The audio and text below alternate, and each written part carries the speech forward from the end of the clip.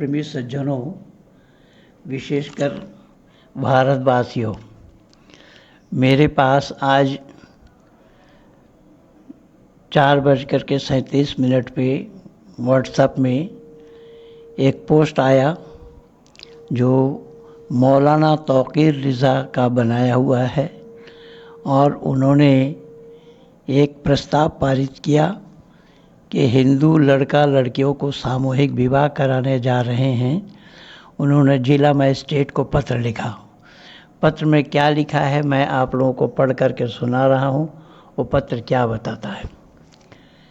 सेवा में श्रीमान नगर मजिस्ट्रेट बरेली, विषय सामूहिक विवाह शादी कराने का अनुमति के संबंध में महोदय, निवेदन इस प्रकार है कि इत्तेहाद ए मिल्लत काउंसिल IMC के प्रमुख जनाब मौलाना तौक़ीर रिज़ा साहब के संपर्क में कुछ हिंदू युवक एवं युवतियाँ जिनकी इस्लाम धर्म में आस्था एवं विश्वास है, जो युवक इस्लाम धर्म से प्रभावित होकर मुस्लिम धर्म स्वीकार करके मुस्लिम युवती लड़की के साथ विवाह करना चाहते हैं।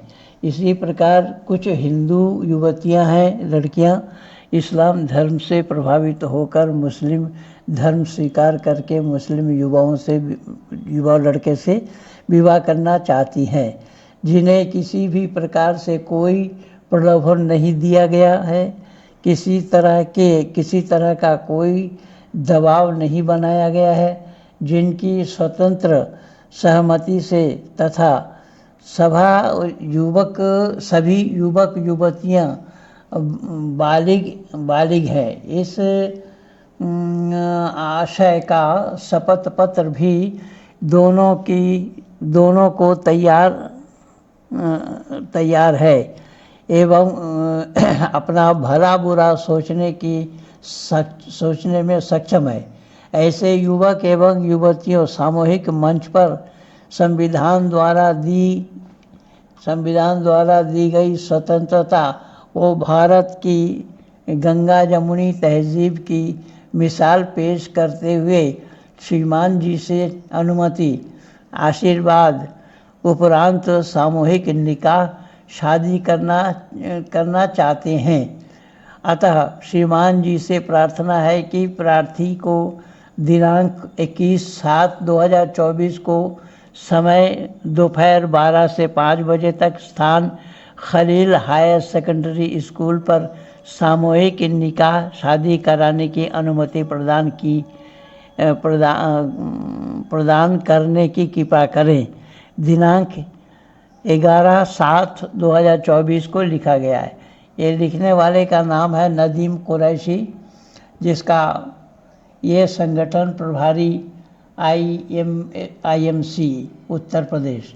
मोबाइल नंबर है 9568888811।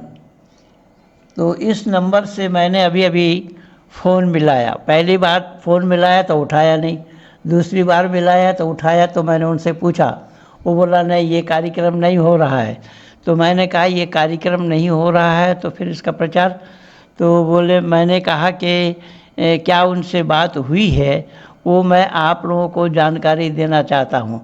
मैंने यह बताया कि मौलाना रिज़ा खान साहब मोदी जी को, प्रधानमंत्री को इस्लाम का दावत देना चाह रहे थे। उसको मैं चुनौती दी थी, आज भी मैं चुनौती दे रहा हूँ कि मुझे एक को कोई मुसलमान बना ले और मैं लाखों की तादाद में मुसलमान बनवा दूंगा, औरों को भी। हालांकि उससे जो बात हुई है, मैंने उससे कहा कि ये मैं लगा रहा हूँ YouTube चैनल में, फेसबुक में, सब जगह।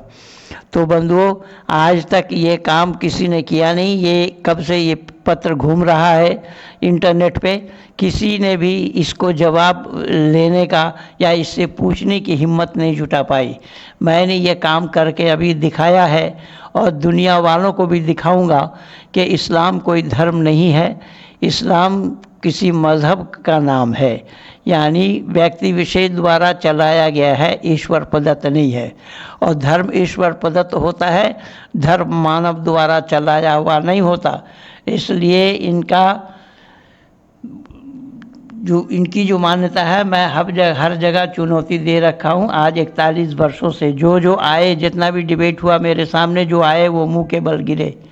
मैं पूछना चाहता हूँ इन लोगों से, इन इस्लाम वालों से, कि सामने बैठ कर के डिबेट करें और सही को धारण करें, असत को त्याग दें, क्योंकि ये मानव का लक्ष्य है, मानव जीवन का यही उद्देश्य है, सत का ग्रहण, असत का परित्याग। तो आर्य समाजियों ने मेरा कोई साथ नहीं दिया, वरना मैं संपूर्ण विश्व के आंगन में ऋषि दयानंद का नाम का उजागर कर देता, ऋषि दयानंद के नाम का डंका बजा देता। अभी बंगाल के मेयर ने जो बोला है, वो भी इस्लाम का दावत दिया था इसी तरीके से। उसको भी मैं चुनौती देने के लिए मैं तो 4 वीडियो बना करके दिया हूँ, लेकिन कोई आर्य समाजी के कान में जूं तक नहीं गया।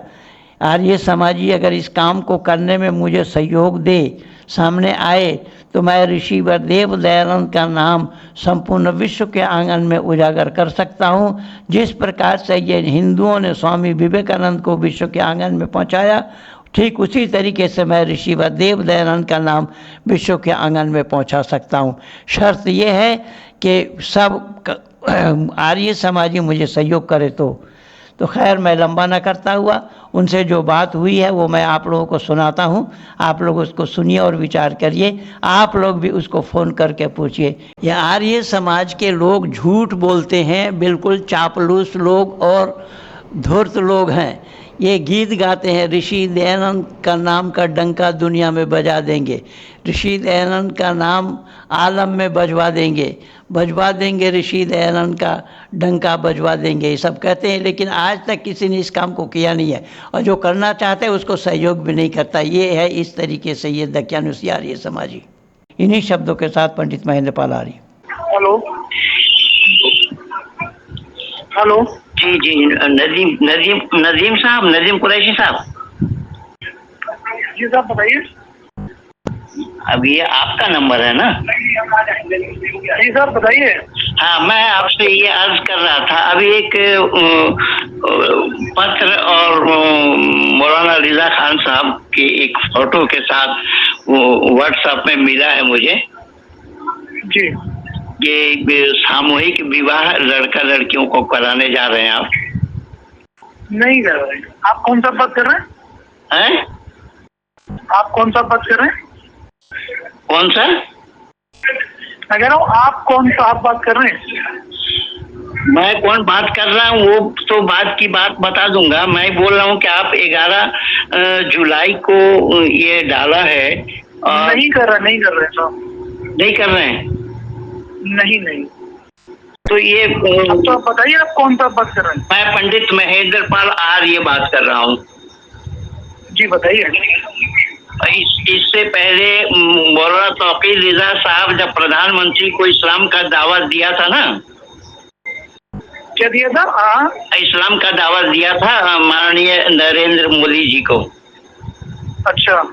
हाँ, तो उस समय भी मैंने चुनौती दी थी तौकीर रिजा को मुझको एक जैसा इंसान को कोई मुसलमान बना करके देखे जो धरती पर मुसलमान कहने वाला है।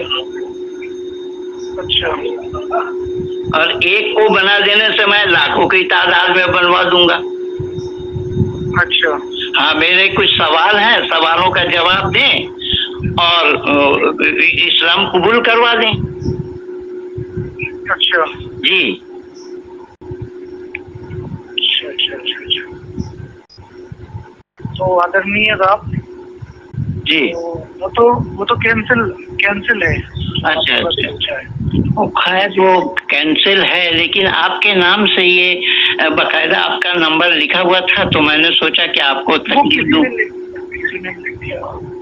किसी ने लिख दिया, लेकिन वो कैंसिल है। हाँ, तो मैंने सोचा कि आपको जरा परेशान करूं या तकलीफ दूं, ये समझ करके आपको मिला। नहीं, आप बड़े हमारे, ऐसी कोई बात नहीं है, ऐसा कुछ नहीं है। हाँ, तो मौलाना तौकीर रिजा साहब को मैं आज से नहीं, मैं बहुत पहले से जानता हूँ, हालांकि मैं देवबंदी अकायद का हूँ।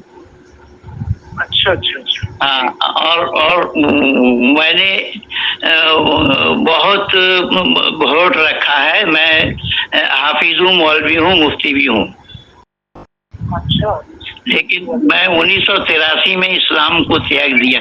इस्लाम को मैं नहीं छोड़ा, इस्लाम ने मुझे त्याग दिया। अच्छा। हाँ, इस्लाम ने कहा कि सवाल करने वालों के लिए यहाँ जगह नहीं है। अच्छा। हाँ, वहाँ इकरारुम बिल लिसान तस्दीकुम बिल क़ल्ब है। लेकिन हम बिना जानकारी के इकरार कैसे करें और तस्दीक कैसे करें भाई दिल से? उसकी जानकारी तहकीकात तो होनी चाहिए ना। जी, किस चीज की? इस्लाम की।